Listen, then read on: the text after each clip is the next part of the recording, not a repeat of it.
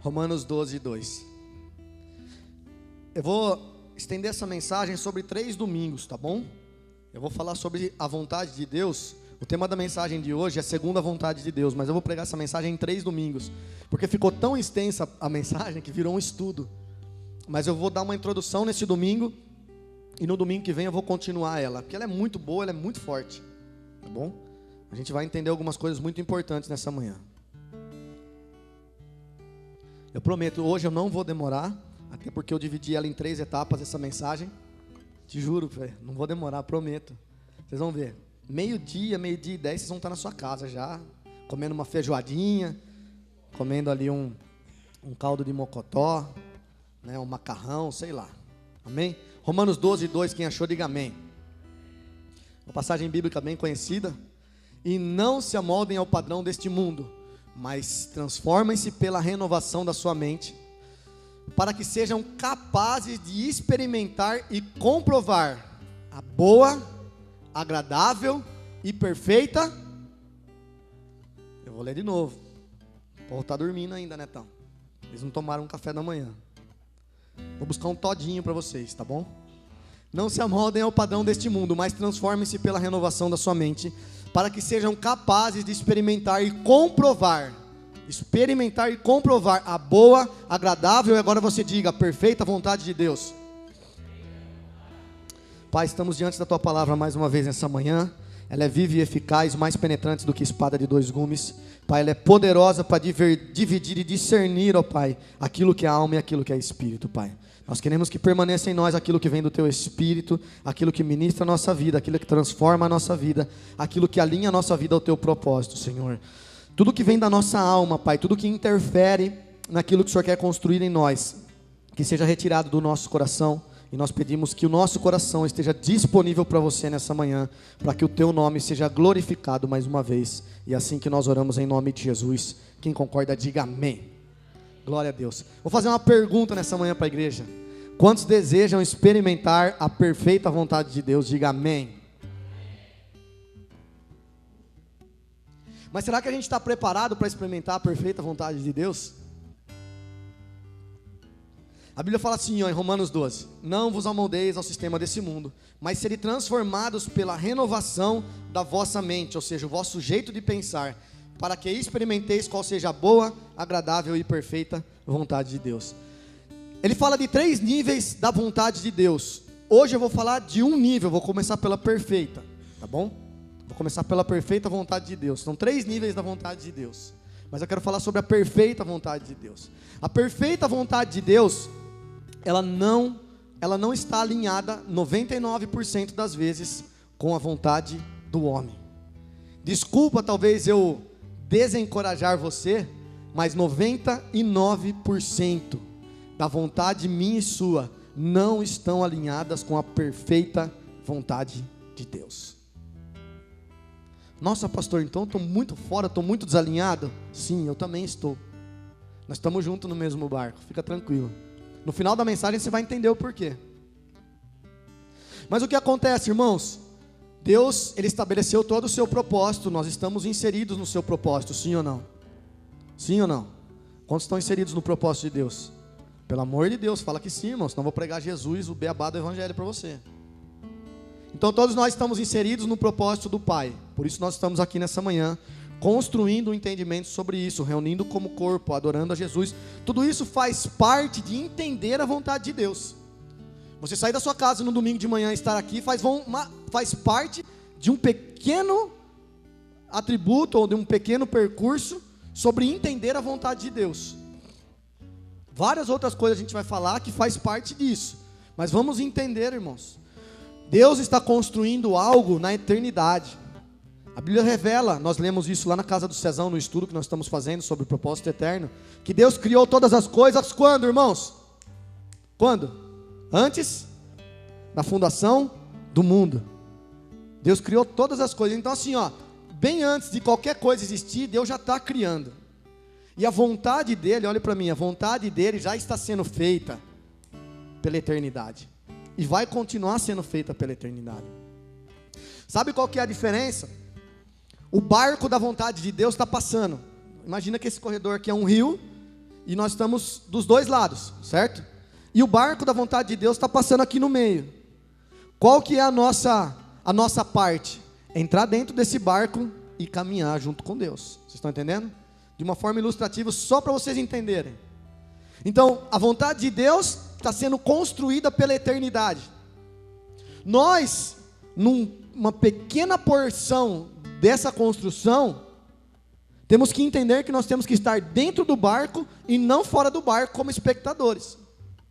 A maioria dos cristãos hoje estão do lado de fora do barco, olhando o barco passar, e a vontade de Deus está sendo feita, e muitos dos cristãos, 90% dos cristãos, estão vendo a vontade de Deus ser feita e não estão participando. Por quê, pastor? Porque ainda a mentalidade dos cristãos, graças a Deus aqui na casa de oração não, só lá no Vale do Jequitinhonha, lá no Rio de Janeiro, lá nos Estados Unidos, na Europa, na Suécia, na Rússia, só lá, aqui não, graças a Deus aqui não, mas só nos outros países, eles não estão entendendo isso, e estão muito longe, estão fora da vontade de Deus.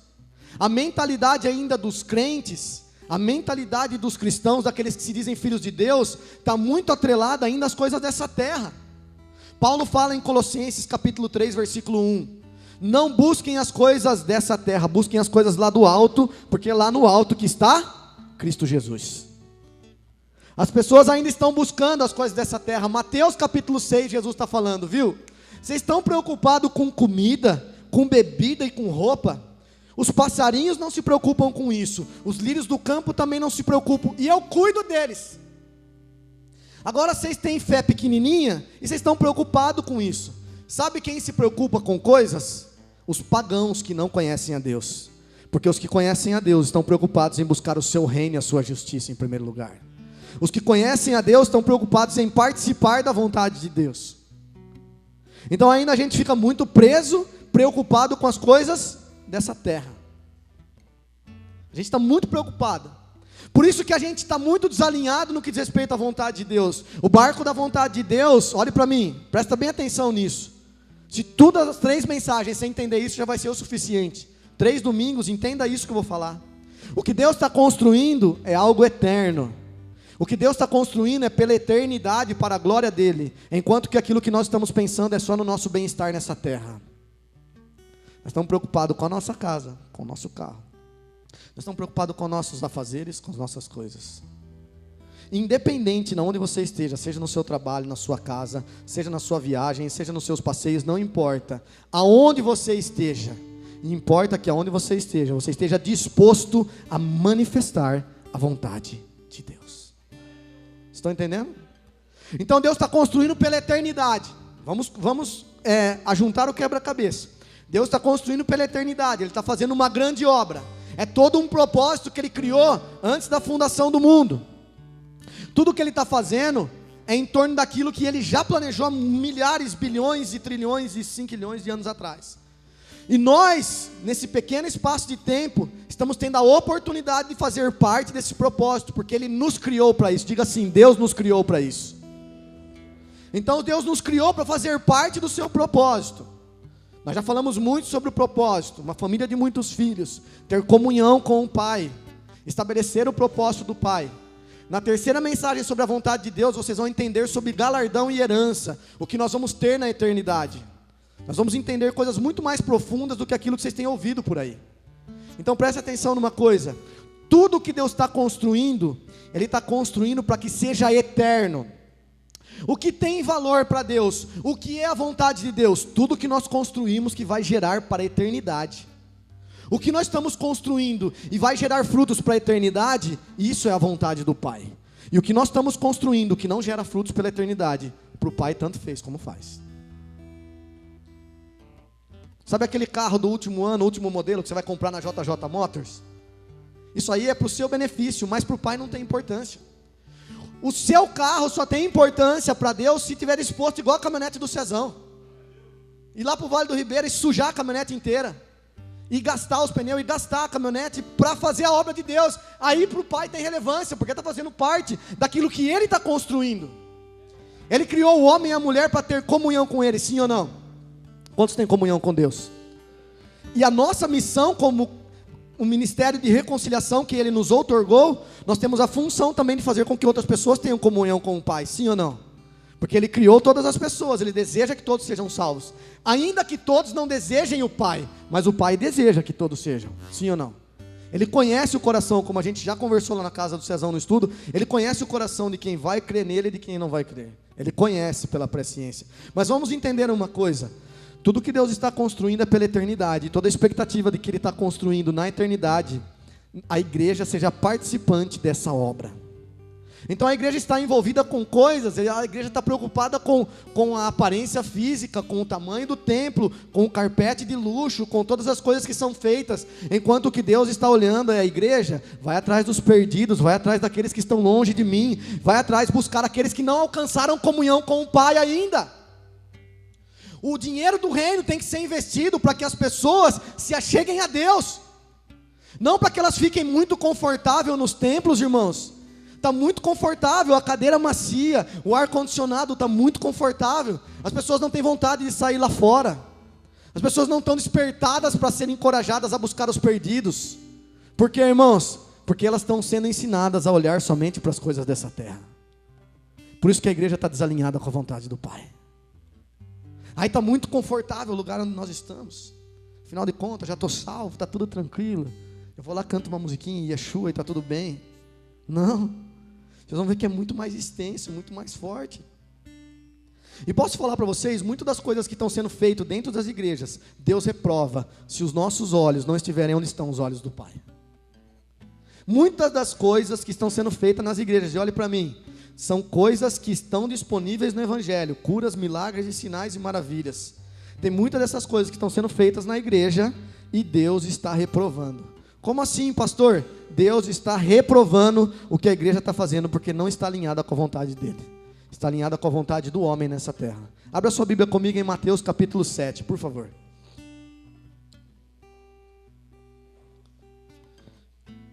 Essa mensagem, segundo a vontade de Deus, ela vai bater contra tudo aquilo que a gente talvez tenha vivido ou pensado. Mateus 7, 21.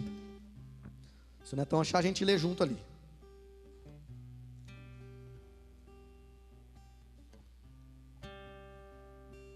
Vamos ver quem está fazendo a vontade do Pai e quem está sendo participante do reino, ou da obra no reino de Deus. Vamos lá, pode ler aqui no telão comigo, ou você pode acompanhar na sua Bíblia. Nem todo aquele que me diz, Senhor, Senhor, entrará no reino dos... Mas apenas, diga apenas, aquele que faz a vontade de meu Pai que está nos céus. Versículo 22, muitos me dirão naquele dia, presta atenção aqui, muitos dirão naquele dia, os que estão dentro da igreja, Senhor, Senhor, não temos profetizado nós em teu nome? Nós não temos liberado profecia sobre o seu nome, no teu nome? Em teu nome não expulsamos demônios?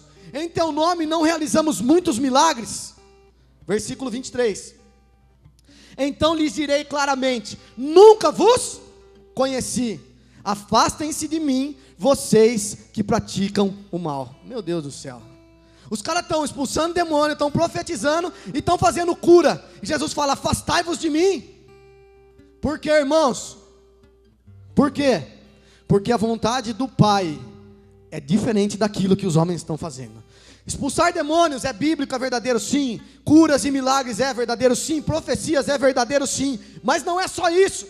E a igreja hoje, ela está presa nesse sistema, ela está presa somente pensando no benefício, no bem-estar daqueles que podem gerar recursos financeiros para os líderes gananciosos.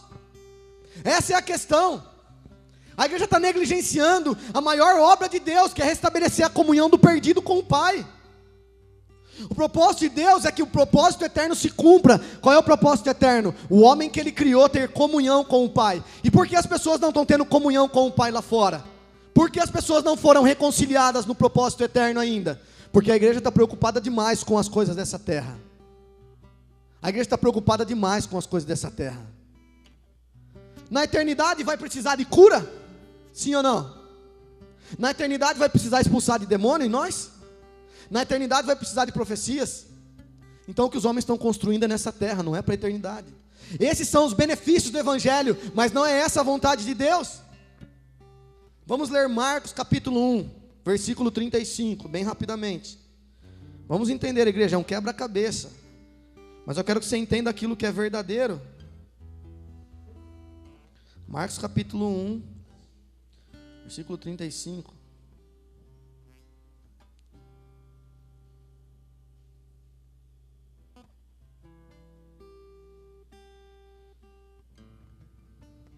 Vamos ler a partir do versículo 29. Marcos 1, 29. Vamos ler Marcos 1, 29. Poder de Jesus sobre doenças e demônios. Vamos ler.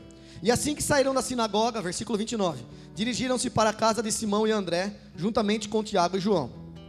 A sogra de Simão estava deitada com muita febre, e logo falaram com Jesus a respeito dela. Então, aproximando-se, ele a tomou pela mão e a levantou. A febre imediatamente a deixou, e ela se pôs a servi-lo. Ao final da tarde, logo após o pôr do sol, o povo levou até Jesus os que estavam passando mal ou enfermos, e os dominados por demônios. E assim, a cidade inteira se aglomerou à porta da casa. O que Jesus fez? Versículo 34.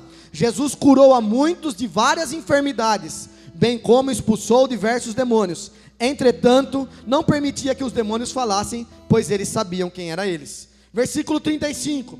De madrugada, em meio à escuridão, Jesus levantou-se, saiu de casa e retirou-se para um lugar deserto, onde ficou orando. Simão e seus amigos saíram para procurá-lo. Então, quando o acharam, informaram: todos estão te procurando. E Jesus os instruiu: vamos seguir para outros lugares, as aldeias vizinhas, a fim de que eu pregue ali também, pois foi para isso que eu vim. E aconteceu que ele, percorrendo por toda a Galileia, pregando nas sinagogas e expelindo demônios. Olhe para mim. A partir do versículo 29 de Marcos capítulo 1, Jesus está lá demonstrando, não só curou a sogra de Pedro, mas como todos os endemoniados e as pessoas que estavam enfermas, sim ou não? Jesus curou. A multidão ficou desesperada, eles vieram aos milhares e milhares atrás de Jesus, querendo curas e milagres.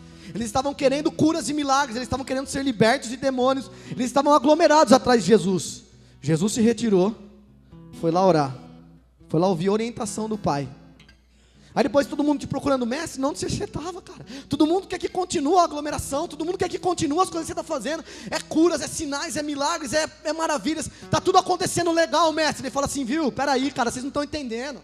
Não foi para isso que eu vim. Vamos para outras cidades vizinhas, porque eu tenho que pregar o evangelho lá. O meu propósito é reconciliar esse povo caído por causa do pecado, reconciliar eles em comunhão com o Pai. E não ficar dando coisas para eles, e não ficar atendendo só as necessidades físicas deles. A questão de Jesus era salvar a alma da pessoa e não curar o corpo. Se nós orarmos por um enfermo e ele for curado do corpo, e nós não pregarmos o evangelho para que ele seja salvo, ele vai para o inferno, talvez com saúde no corpo, mas vai queimar no inferno. Vocês estão entendendo? Ainda que a pessoa morra amanhã, como eu já orei para uma pessoa que estava no leito de morte com câncer, 30 minutos depois ela morreu. A vida inteira blasfemando e orando, reclamando e falando contra a crente evangélico, essas coisas. Preguei para o cara em 2006, a mãe dele aos prantos chorando, o cara estava numa cama, num leito de morte, com câncer generalizado. Preguei para o cara Jesus, o cara chorando aceitou Jesus, chorou. Nós oramos uns 30 minutos sem parar, o cara só chorava e falando que amava Jesus. 30 minutos depois que eu saí dali, ele morreu e foi salvo, igual o ladrão da cruz. Eu tive essa experiência, eu vi o cara morrendo, velho. Ele estava morrendo na minha frente e o cara aceitou Jesus. Quem conhece ali a Nova Americana, na linha do trem, ali onde tem umas favelinhas ali? Ali naquele lugar, na Nova Americana. O cara chamava Genésio ou Genival, uma coisa assim. O cara tinha uns 40 anos. E a mãe dele chorando, a mãe tem uns 70. A mãe chorando, vendo o filho se converter no leito de morte. Vocês acreditam, irmãos, de verdade? Aquela mãe, ela queria que o filho dela morresse salvo, não que ele tivesse mais saúde e talvez não conhecesse a Cristo. Porque o propósito do Pai é esse. É que a pessoa seja reconciliada, ela seja resgatada. Todos pecaram e destituídos estavam da glória de Deus. Aí Jesus veio para quê, irmãos? Para restaurar a gente na glória de Deus. Qual que é a função da igreja hoje? Restaurar o perdido, o caído, para a glória de Deus. Restaurar a comunhão com o Pai. E sabe o que as pessoas estão só preocupadas? Estão só preocupadas com o meu bem-estar, com o meu benefício, com a minha conta bancária, com as minhas coisas. Ninguém está preocupado com os perdidos. Deixa eles para lá, eles que se virem. A igreja está negligenciando uma das coisas mais importantes que o evangelho estabeleceu. Abre comigo bem rapidinho a sua Bíblia em 2 Coríntios capítulo 5, por favor. 2 Coríntios capítulo 5, no versículo 18. Vamos ler a partir do 17.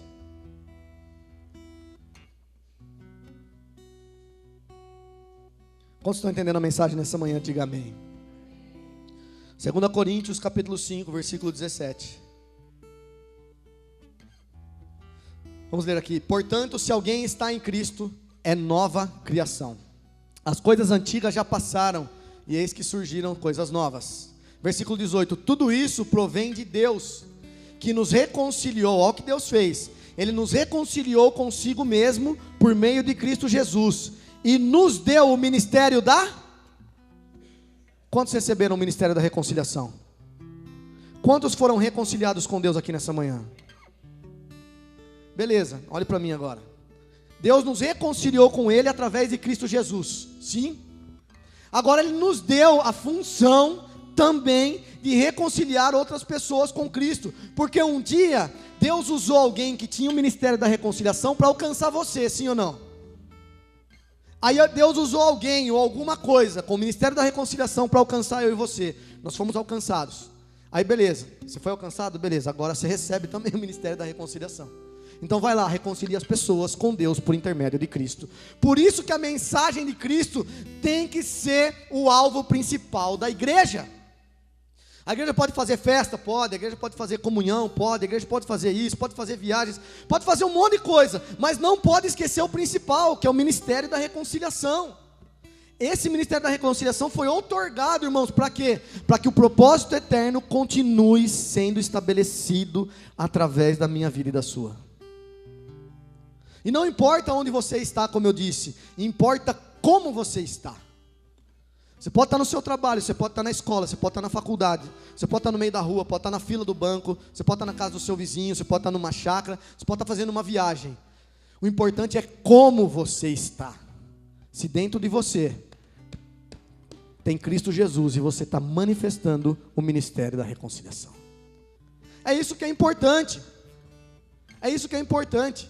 6 anos eu pratico jiu-jitsu, vai fazer 7 em outubro. 7 anos que eu pratico jiu-jitsu, irmãos. Sem brincadeira. Todos os lugares onde eu passei, eu preguei o evangelho para todos os praticantes de jiu-jitsu que praticavam comigo. Eu preguei junto com todos, pregava na comunhão que a gente fazia no churrasco, no tete a tete, mandando mensagem para todas as pessoas que fizeram jiu-jitsu comigo. Todos ouviram falar de Jesus. Eu nem era pastor ainda, eu estava servindo ao Senhor como evangelista. Aonde a gente está, irmão, a gente tem que carregar isso. Então, a vontade do Pai, qual que é, irmãos? Vontade do Pai. Eu vou mostrar para vocês agora, talvez um dos momentos mais importantes que a Bíblia vai revelar a vontade do Pai para vocês. Vamos lá em Efésios capítulo 1. Eu falei que a gente ia ler muita Bíblia. Quantos amam a palavra de Deus? Efésios capítulo 1, versículo 9.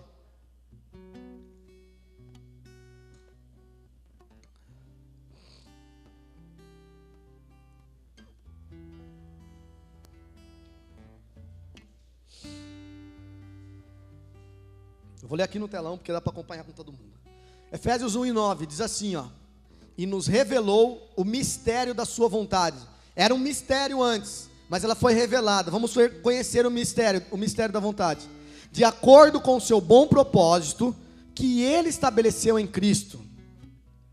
Isto é, de fazer convergir em Cristo todas as celestiais ou terrenas, na dispensação da plenitude dos tempos. Versículo 11 é um outro assunto.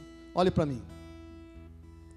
Ele revelou o mistério da sua vontade. Era um mistério que estava oculto durante anos, mas chegou um determinado momento, Deus falou assim, não, agora eu vou revelar para eles. Ele revelou o mistério da sua vontade, de acordo com o seu bom propósito. Qual era o bom propósito do Pai?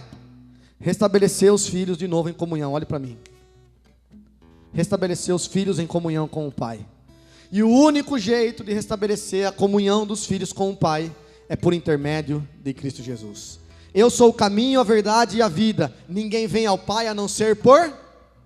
Então todas as coisas têm que passar por Jesus.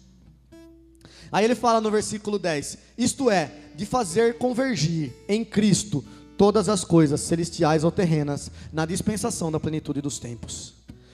Ou seja, qual que é a vontade do Pai? Fazer com que a minha vida e a sua seja totalmente convergida para Cristo. Vou dar um exemplo aqui, talvez um exemplo meio chulo, mas é um exemplo verdadeiro. Todos que estão aqui, talvez tirando a Carol, que é pequenininha, a Vanessa, todos que estão aqui, todos convergem todos os dias para um propósito pessoal: ganhar dinheiro, sim ou não? Sim ou não? Até as donas de casa, tá lá cuidando de casa porque o maridão tá lá ganhando a bufunfa, né? Aí chega no final de semana, ela fala: passa o cartão de crédito aí, Felipe. E vai lá comprar roupa. Todos nós, estamos num propósito. De manhã acorda cedinho, uns acordam 5, outros acordam 7, outros acordam 8. Não importa o horário, mas todo mundo, todo dia tem um propósito de ir lá trabalhar e ganhar tutu. Fazer dentadura, né? Fazer as coisas, né? Filmar casamento, vender tinta, vender carro, fazer um monte de coisa. Cortar cabelo, barbershop. Todo mundo tem o objetivo de todos os dias acordar cedinho e trabalhar para ganhar o seu sustento, sim ou não? Então, ou seja, a nossa vida ela converge de uma forma muito intensa em ganhar dinheiro, em conquistar as coisas, em ter os benefícios. Toda a nossa vida ela converge de manhã, uns até às 5, outros até às 6, outros até às 8, outros viram de madrugada, que nem André e o André trabalham de madrugada, virando daqui para lá, de lá para cá, tal. Todo mundo está convergindo nessa pegada todos os dias. Na realidade, o que nós fazemos para ganhar dinheiro deveria ser feito para convergir em Cristo. Vocês estão entendendo? Sabe toda essa dedicação que a gente tem de trabalhar, de fazer, de conquistar, de planejar, de fazer, de dedicar, né? As pessoas estão enfermas, estão com dor de cabeça, estão com sono, mas tem que acordar para ir trabalhar, sim ou não? Sim ou não? Agora, posso falar para vocês, será que Jesus não merece mais do que o que eu tenho oferecido no meu trabalho, sim ou não? Convergir para Cristo é me esforçar para Ele mais do que eu me esforço para ganhar dinheiro. A vontade de Deus é que você ganhe dinheiro? Não, a vontade de Deus é que você seja um servo dele, com dinheiro ou sem dinheiro. A vontade de Deus é que você seja uma pessoa que carrega o ministério da reconciliação, com muito dinheiro, com pouco dinheiro ou com médio dinheiro, seja quanto for. Não importa a quantidade, importa aquilo que você carrega aqui dentro. Mesmo que você está lá ganhando dinheiro, a sua vida é totalmente convergida para Cristo. A minha loja é disponível para o reino de Deus, disponível para os irmãos, disponível para os mendigos, disponível para o morador de rua, para a prostituta, para quem precisar de um servo de Deus, a loja está disponível, a minha vida está disponível. Por que você está dizendo isso, pastor? Porque eu quero ser exemplo nisso. Eu quero ser exemplo nisso, eu quero que a minha vida demonstre essa forma. Porque foi dessa forma que Jesus planejou. Tem muitas coisas legais para a gente fazer, a gente ora pelos enfermos, a gente expulsa demônio quando precisa, irmãos. A gente profetiza, a gente fala muitas coisas da parte de Deus, mas presta atenção. O fundamento de tudo que Deus quer construir é aquilo que é eterno. Sabe quem são eternos, irmãos? As almas daqueles que entregaram as suas vidas para Jesus. Isso é eterno. Jesus falou assim: eu quero que vocês deem fruto e que o fruto de vocês permaneça. Sabe qual é o fruto que permanece? Não é a casa, não é o carro, não é o terreno, não é o dinheiro, não é nada disso. O fruto que permanece são as almas que estão sendo salvas para Jesus. Quantos querem ser ganhadores de almas? Isso faz parte de um propósito, não é um jargão. Nós cansamos de ouvir, irmãos. Nós cansamos de ouvir. Pode ser que Deus te dá 1 minuto para você falar do amor dele para uma pessoa, cara. Pode ser que seja num relance. Talvez o avião não está caindo, mas talvez você nunca mais vai ver aquela pessoa. Mas Jesus te deu, ela colocou ela no seu caminho, cara. Vocês estão entendendo? A vontade de Deus é isso, que você carregue algo da parte dele, porque na hora que você precisar liberar, você vai saber liberar da forma correta. Como você está entendendo, hein? Vamos ler um versículo aqui antes da gente encerrar. Salmo 143, versículo 10.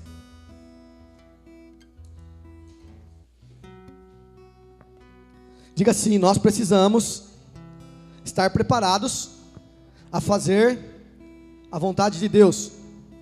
Quantos querem participar da perfeita vontade de Deus? Então você vai ter que começar a ler mais Bíblia a partir de agora, tá? E orar mais. Salmo 143, versículo 10. Salmo 143, versículo 10. Vamos ler aqui no telão aqui. Gostei do telão. Domingo que vem eu vou continuar essa mensagem, mas ela vai apertar domingo que vem, hein? Ensina-me a fazer a tua...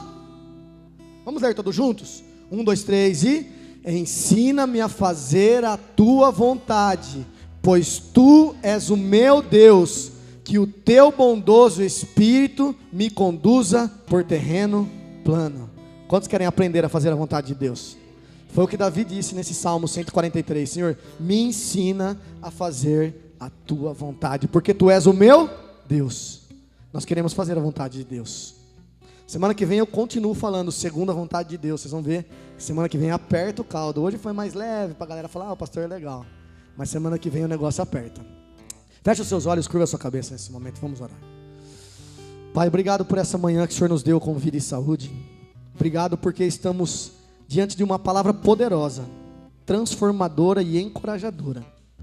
Nós queremos ver essa palavra não apenas como algo teórico ou bonito para se ouvir, mas queremos que ela seja verdadeira para a gente viver, Senhor. Me perdoa, nos perdoa se nós estamos distantes dessa verdade, de viver debaixo da tua vontade, de muitas vezes, Pai, estarmos muito mais envolvidos com as coisas do que com o Senhor e com as pessoas que precisam ouvir sobre você. Nos perdoa se muitas vezes nós negligenciamos, muitas vezes nós estamos buscando mais o dinheiro, mais o bem-estar pessoal do que o nosso relacionamento com você, do que o teu propósito, do que a tua vontade.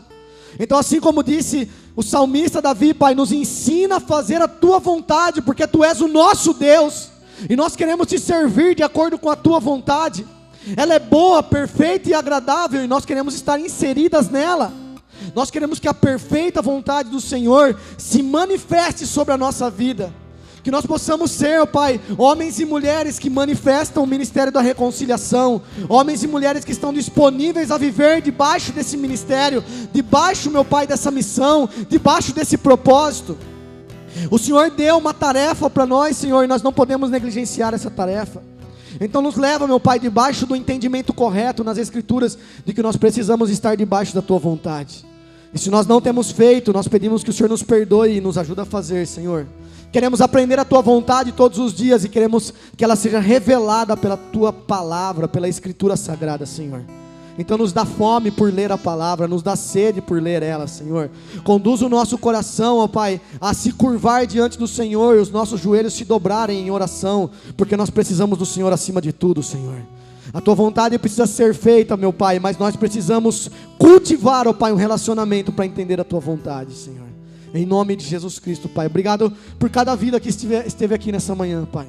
Cada um dos irmãos, meu Pai, que pagaram um preço, cada um dos irmãos que se esforçaram nessa manhã fria de domingo para estar aqui ouvindo a tua palavra, para entender a tua vontade, Pai. Cada um deles, meu Pai, são merecedores de galardão. Cada um deles merecem a recompensa que o Senhor preparou na eternidade, Senhor. E eu os abençoo para que isso aconteça, a fim de que nós possamos a cada dia construir o nosso galardão, Senhor.